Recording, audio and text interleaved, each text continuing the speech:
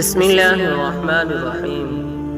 کچھ دروازے اللہ بند کرتا ہے، کچھ دروازے، کچھ راہیں جب وہ ہمارے بند کرتا ہے تو ہمیں ایسا لگتا ہے جیسے وہ ہمیں سزا دے رہا ہے، ہماری دعائیں نہیں سن رہا، جو ہمیں چاہیے وہ نہیں سمجھ رہا، جبکہ کچھ راستے ہماری بہتری کے لیے بند کیے جاتے ہیں، کیونکہ آگے جا کر ہمیں ان سے زیادہ تکلیف ملتی ہے۔